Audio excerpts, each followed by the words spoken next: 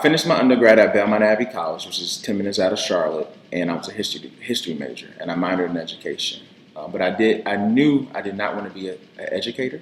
There's nothing wrong with that, but for me, I think I wanted to be in a space where I can let my hair down, in a sense, and museums allow us to do that.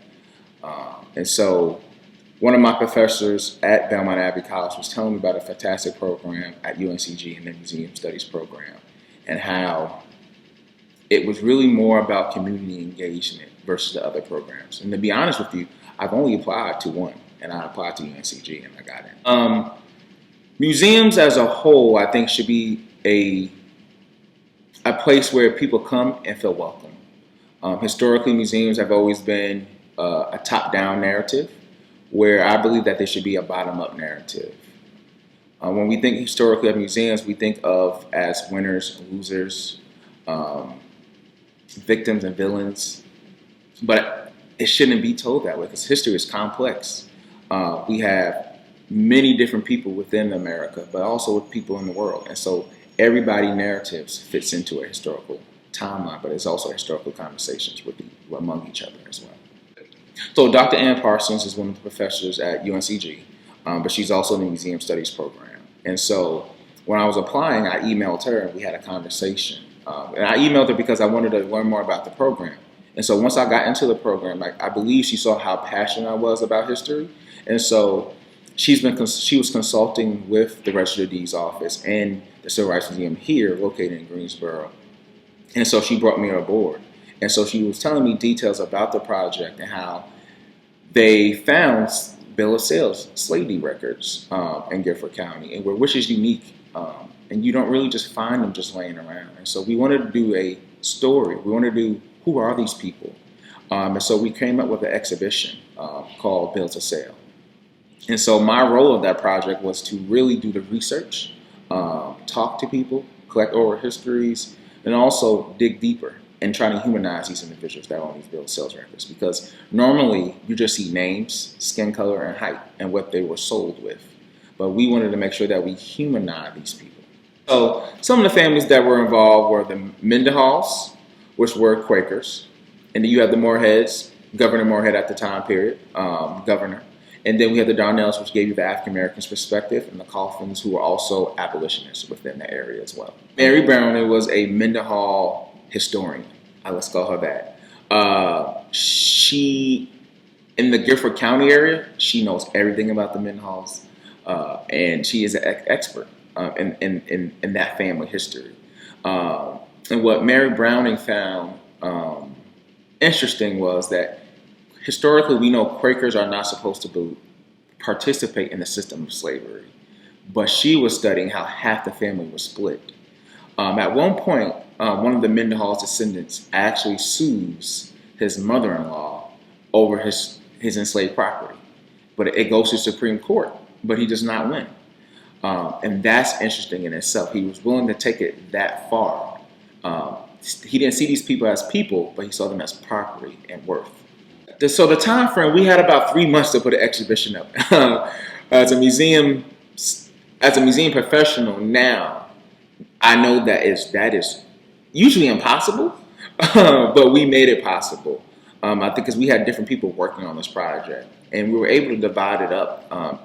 And also, we had the documents at hand, which was, we didn't have to search for it. We had the documents at hand. But the leading up to it, it was stressful in a way, because we said, okay, we're getting close. We're a month out. We're 2 weeks out. We're a week out now. We're a day out. But the moment that the exhibition opened, it was breathtaking, in the sense of that the information was done, and now we can share with the public and share. I think most important, particularly in North Carolina, you can go to your Register of Deeds office and ask to see these documents. You can touch these documents. You can have a moment to realize that these bills of sales are mentioning living people at one point. And that's what that exhibition did for a lot of people within the Guilford County area. I remember that there was a mixed crowd. And what I mean by a mixed crowd, it was people from different walks of life. When we think of history, especially American history, we always break it down in black and white. But the room had more than just black and white people in it. We had women, we had men, we had children, we had families. We had individuals. We had community members, which I think was more important, that went beyond color in the conversations that we've had about these pieces, and how, as an African American individual, how African Americans usually can't go past a certain date, but you were able to see that this was another resource tool to get you to that journey. So part of the research was we didn't just build this exhibition around just bills of sales. We looked at other resources as newspapers, oral histories, journals. But one of the things that I was able to discover, and I'm not sure yet because I haven't done my research even after 2015, because being a museum professional is long work. But I found somebody named Wheeler, and that was part of the disenfranchisement papers during that time period, which basically anybody that was registered to vote, anybody that was considered a rebel in the community, vagrant in the community, any way of pushing back the system of slavery was disenfranchised. And so what Guilford County did was they produced a newspaper mentioning African Americans that participated in this, or anybody, period. And so we found a wheel that was documented on there as well. And so the difference between the first time I worked on this project, I was just a graduate student. The second time I was still a graduate student, but I was an intern. And I had the choice to pick my internship, and I chose to work on the Guilford County Bills of Sale exhibition again. High Point is still in Guilford County. And the reason why I wanted to do that exhibition again was I wanted to know more about the names that we saw. Like I said earlier, we only focused on the Mendenhalls, the Coughlins, the Moorheads, and the Darnells. But this time we were able to add some other unique people and some other unique families and some other resources as well. And so I wanted to know how complex this system was within the county, even being it was in the city of High Point. And so one of the things that I noticed was that we focused on a Horny family within the High Point area. And the system of slavery shows us that everybody participated in it, but it also shows you in different stages how people participated in it. And so I use these two examples. So the Moorheads, the Governor Moorhead, he participated in the railroad building in North Carolina. And so you can tell he's a wealthy man. And so he can definitely buy the enslaved people at any cost. Where the Horny family, yes, they were considered wealthy, but they weren't as wealthy as the Moorheads. But when you look at how they kept their bill of sales, and we looked at wills and how their enslaved people were passed down from generation to generation. And it seemed more that it was more of a status. And we always know that the system of slavery was also a status symbol. But they worked very hard to maintain that status within the High Point area. And so I found that interesting as well. And also the opportunity to work with other materials as well. One of the things that I never forget in working in the High Point portion of this exhibition was there was a geography book. And when we think of people keeping records of enslaved people, we think they're going to be in manuscripts, pretty journals. This was just simply a geography book with names in the back of it. And we concluded that it only listed women and their births. And so we assumed with a expert assumption that it could have been a book for breeding. And so, which shows you how complex this system is once again, in breaking up families and actually breeding animals, but you're doing this to human beings, which was very complex as well. I think not just bill of sales, but I think the whole system of studying African American history, I think people see it as a counter against white history. But I don't see it as a counter. I see it as a correction history. And how that African Americans have always contributed to American history, and that we are part of this fabric. But bringing it back to bills of sale, it gives as African American man, it gives us the ability to say, I have a stepping point now where I can start researching my family. I think even me as an African American man, to be honest, to be transparent, I think it hurts sometimes to hear some of my white colleagues or white friends say, I'm able to trace my lineage back to the American Revolution. I'm able to trace it back to the Civil War. I'm able to trace it back to how Germany, Italy, France But as an African American man, yes, I have the idea that I know I come from one continent, which is Africa, but I don't know who I am, right? And so this project, this exhibition allows me to have a moment in time to say, I know the tools that I need to begin this journey. So I think that's why this exhibition was important, this project was important, but I also think that's why African American history is also important, because we are part of the fabric of America. I think in North Carolina, I think there's an opportunity to do something that other people are not doing, or other states are not doing, or don't even have the information. If you have the information, I think there's an opportunity to address the elephant in the room, right? And the elephant in the room is racism. I tell people, because I also work at a civil rights museum. I think we are in an era, and we're in a moment of time where our past looks like our present, and people are looking to heal. People are looking to be angry. People are looking to be sad, but people are also looking for hope. And I think the project that's happening in North Carolina, the 24 counties, is something that can allow us to take a step closer to healing, but also a step closer to having honest conversations about our past in America. And so until we are willing to accept our past, we can't move forward. And I think this project with the 24 counties and them doing this digitally to make it more accessible for everybody, it allows us to step closer to healing, but also having the tough conversation. I think the exhibit itself is an opportunity. There's an opportunity to work with communities. I think this is what all public historians or museum study professionals emphasize, right? Is that history should be a community conversation. And I think this project allows stakeholders within the community to have a voice.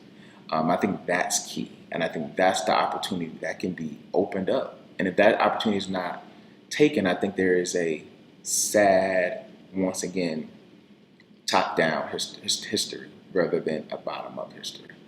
I think the role of museums in this history is, well, let me say museum professionals. I think there's an opportunity for emerging museum professionals to get in this field and learn this concept, even to work on this project. I think UNCG is going to continue to be part of this project, but it allows aspiring museum professionals to learn different skills. I think oral history, how to collect it, how to transcribe, which is a lost art, which is very difficult, and which is funny. I transcribed at least 20 of these bill of sales, but within the High Point version, I found all of them originally transcribed. But it was a skill set I was willing to learn, and I was happy about. But also working with community partners, I think it's a very skill that people need. How to communicate, how to do history that is quote unquote difficult.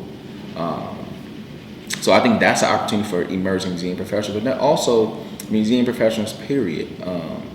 These are conversations, these are topics that we need to address. And working with the Register of Deeds, they want to address these issues and how to build a better community within Greensboro. And I think as museum professionals, we need to look at this exhibit and try to mimic it in some of our work and our approaches.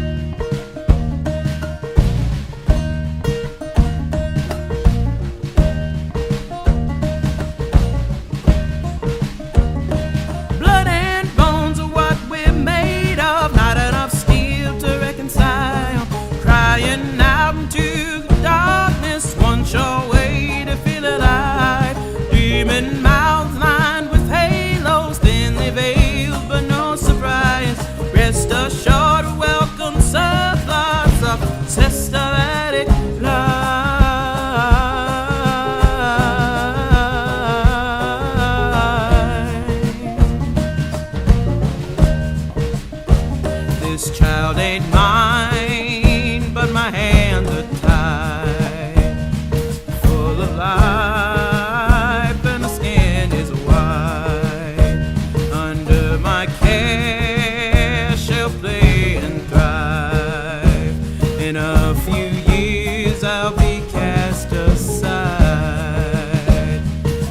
I was once a noble daughter. Our kingdom spanned the breadth of Ghana, but I was captured for the silver, sent across the sea to a land unknown. Our rivals sold me to some white man, skin as though it came from heaven. When they bound us to their will, they trapped themselves in hell as well.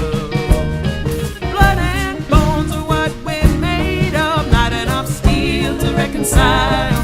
Crying out into the darkness, one sure way to feel alive. Demon mouths lined with halos, thinly veiled, but no surprise. Rest assured to welcome surplus of systematic